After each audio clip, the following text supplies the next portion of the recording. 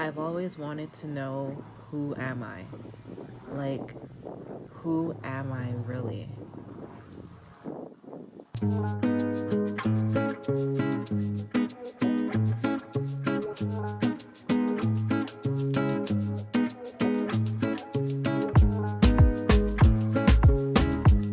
Who do I come from? Who was my great, great, great, great, great grandmother? My ancestors, who were they? Where did they live? What did they eat? How did they live? Which people did they belong to? What did they believe? What was their story? I wish I knew my real family name. Who am I beyond my Jamaican lineage? Who are we beyond the African diaspora? The ancestors have always spoke to me. Times when I was faced with so much discomfort that I had no choice but to grow, but to dig deeper.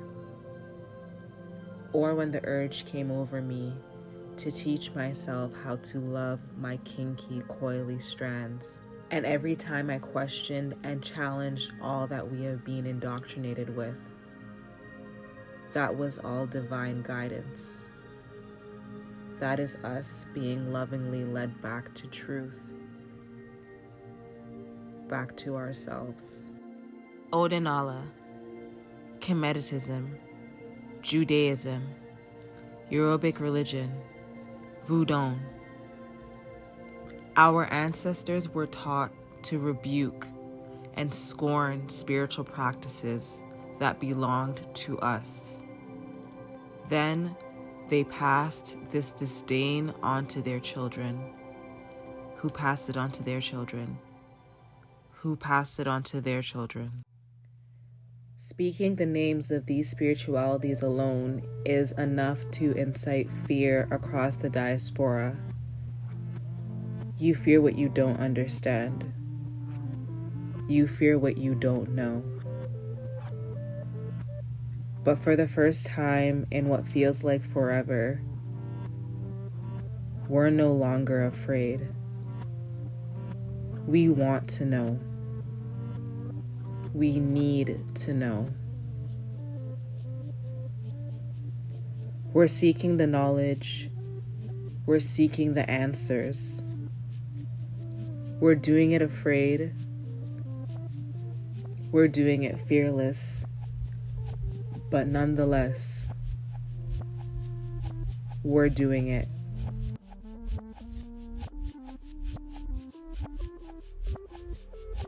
A collective awakening.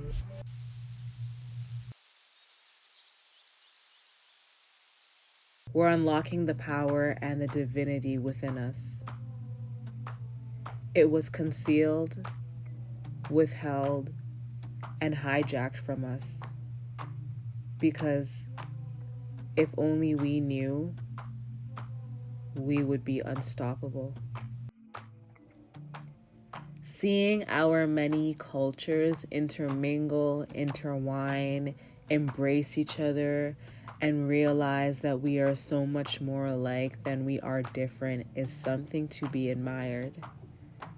Collectively, no longer distancing ourselves from home, from our bloodline.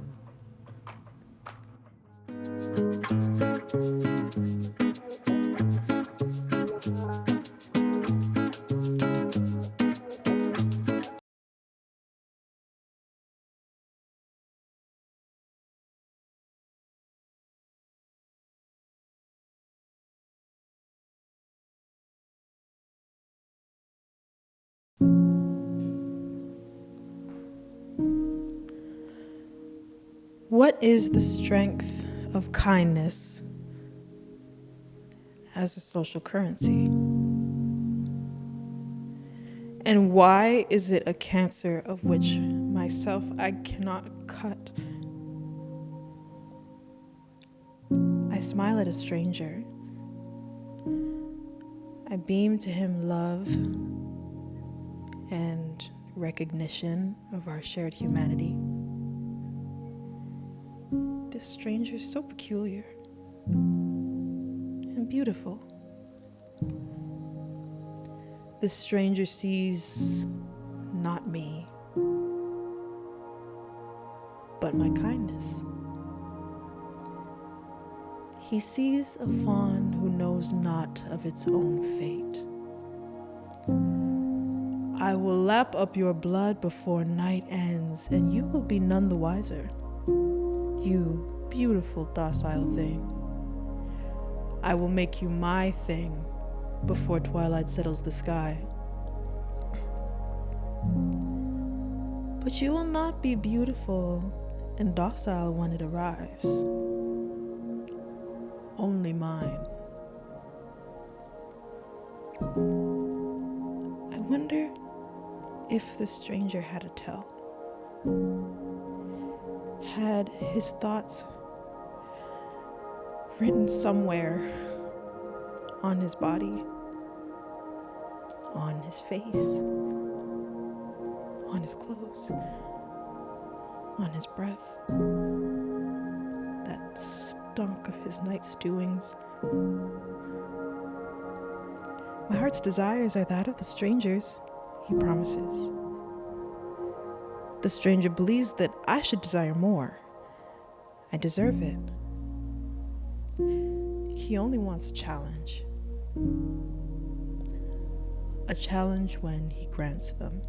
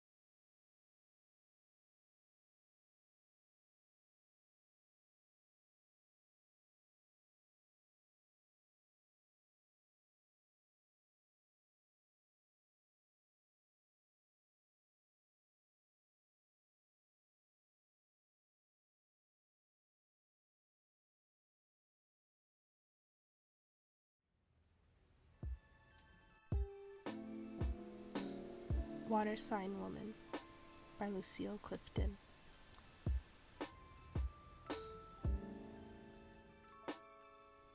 The woman who feels everything sits in her new house, waiting for someone to come, who knows how to carry water without spilling, who knows why the desert is sprinkled with salt, why tomorrow is such a long and ominous word. They say to the field things woman, that little she dreams is possible, that there is only so much joy to go around, only so much water. There are no questions for this, no arguments. She has to forget to remember the edge of the sea.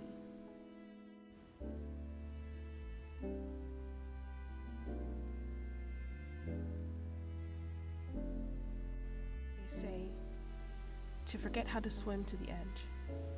She has to forget how to feel. The woman who feels everything sits in her new house, retaining the secret the desert knew when it walked up from the ocean. The desert, so beautiful in her eyes. Water will come again, if you can wait for it. She feels what the desert feels.